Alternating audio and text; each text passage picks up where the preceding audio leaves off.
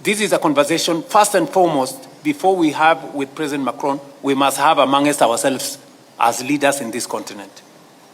What is Kenya doing? What is Zambia doing? What is Mauritania doing? What is the next country doing? What are we doing to mobilize our own resources with the support of our financial institutions led by the Africa Development Bank for us to unlock this enormous amount of resources for us to de-risk and to finance our own development? The request we are going to place on President Macron's table is, when we go to the G7, we are not asking for money.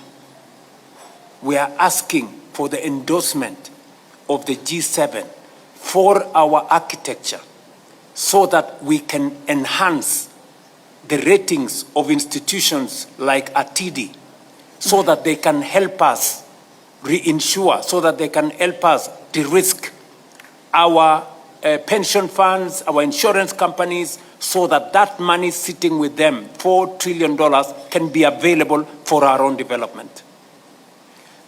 This is the conversation we must have.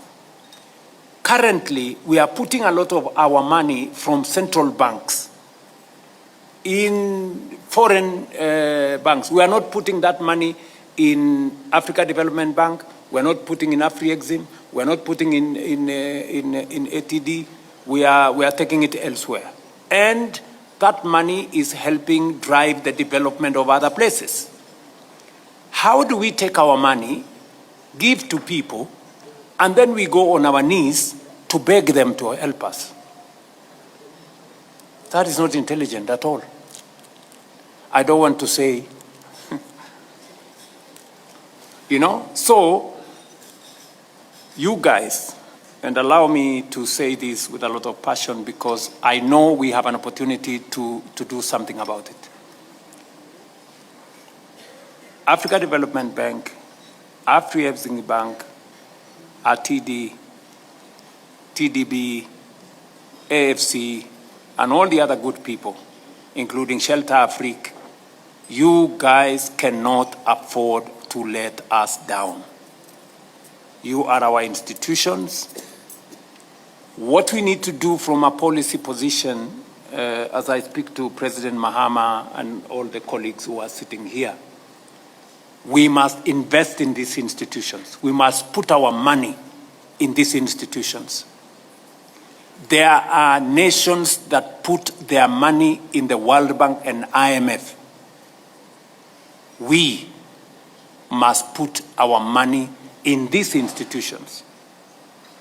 That is when we can guarantee our own development. Those who invested in World Bank and IMF have every reason to give us conditions from here to Johannesburg because it's their money. Yeah, it is their money. They may employ Maktar Diop, but the money does not belong to Maktar Diop. Maktar Diop is one of us, but the money does not belong to him. Right? So we must put our own money in these institutions so that they can leverage on our resources to crowd in more money from other areas. Therefore, I am making a passionate plea as a leader in Kenya that fellow heads of state sitting here with us, let us believe in ourselves. The solution for financing our development sits with us more than the people sometimes we point fingers. It is us to organize ourselves. And we are asking those of us who understand numbers, the people in ADB and all the other places, please recommend to us what we need to do. I am already putting more money in Afri-Exim Bank buying shares. I'm doing the same in TDB, and I will do the same in AFC, and I will do the same because those are the institutions that understand us. Those are the institutions that will finance our development without asking questions from here to Cairo. They will ask us enough questions. Yeah? And we are not saying we want to borrow money without complying with regulations. We must comply with regulations, but they must be reasonable. At the very least, they will not put a big premium on risk on us because they understand us.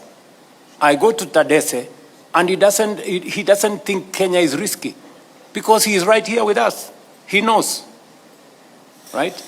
So, thank you very much. So this is what I am saying, and forgive me, Macron, I am saying this for my fellow heads of state in this room.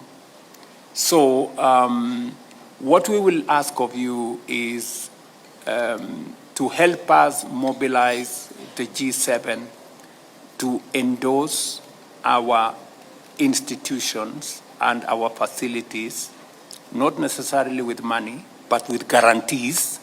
Just a guarantee, not money. Just with guarantees, we will lift our institutions to AAA rating, AA rating, and we will be able to mobilize resources for ourselves, from pension funds, from philanthropies, and from other areas. Sorry, I have taken long, but I needed to say this because it is not always that you have an opportunity to assemble such a big body of heads of state in one meeting.